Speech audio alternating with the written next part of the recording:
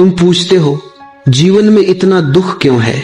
दुख इसलिए नहीं है कि जीवन कठोर है, दुख इसलिए है क्योंकि तुम जीवन से लड़ रहे हो।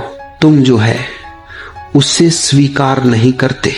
तुम उसे वैसा बनाना चाहते हो जैसा तुम चाहते हो, और जब भी तुम अस्तित्व से टकराते हो दुख जन्म लेता है।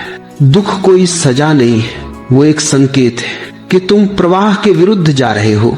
जिस दिन तुम जीवन को वैसा ही स्वीकार लोगे जैसा वो है, दुख मिट जाएगा, क्योंकि दुख समझते ही ध्यान बन जाता है। भागो मत, बस देखो शांत मन से। असहजता पैदा होती है आदर्श से। मनुष्य पाखंडी हुआ, असहज हुआ, जटिल हुआ आदर्शों के कारण। लोग सिखा रहे हैं एक दूसरे को, माँ बाप सिखाते हैं बच्चों को, ऐसे हो जाओ कि देखो तुम्हें बनना है बुद्ध जैसा, कि बनना है सिकंदर जैसा, कि बनना है ऐसा। कोई माँ बाप अपने बच्चों को नहीं कहते कि तुम ही बनना है। बचना बुद्धों से, बचना महावीरों से।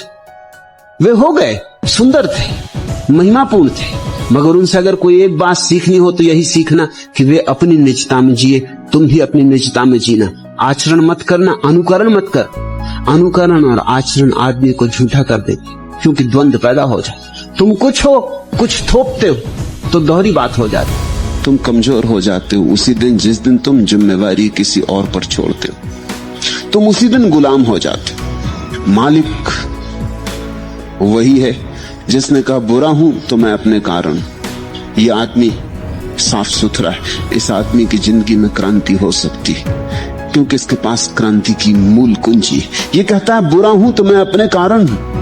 अगर अपने कारण बुरा हूं तो जिस दिन चाहूंगा उस दिन भला हो जाऊंगा।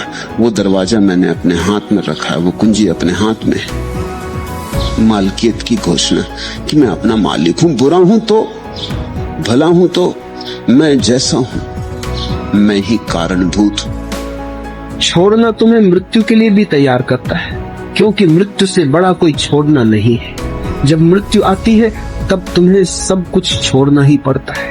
कोई धन, कोई पद, कोई परिवार, कोई नाम, कुछ भी साथ नहीं जाता। मृत्यु अंतिम परीक्षा है। क्या तुमने छोड़ना सीखा या नहीं? जिसने जीवन में छोड़ना सीख लिया उसके लिए मृत्यु भी खेल बन जाती, और जिसने कभी छोड़ना नहीं सीखा उसके लिए मृत्यु सबसे बड़ी त्रासदी बन जाती है। इसलिए छोड़ना अभी सीखो, अभी से समर्पण करो, ताकि जब मृत्यु आए तो तुम हंसकर उसका स्वागत कर सको।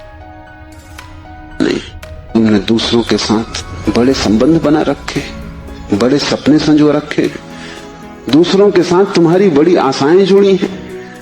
माँ देख रही है कि बेटा बड़ा होगा, बड़ी आशाएं जुड़ी है। बाप देख रहा है कि बेटा बड़ा होगा, बड़ी आशाएं जुड़ी है। और इन सारी आशाओं में तुम अपने को खो रहे हो। यही तुम्हारे पिता भी इन्हीं आशाओं को कर करके समाप्त हुए तुम्हारे लिए। तुमसे क्या उन्हें मिला? यही आशाएं कर करके तुम समाप्त हो जाओगे। तुम्हारे बेटे से तुम्हें कुछ मिलेगा ना, और तुम्हारा बेटा भी यही मूर्खता जारी रखेगा। वो अपने बेटों से आशाएं करेगा। नहीं, अपनी तरफ देखो, न तो पीछे न आगे।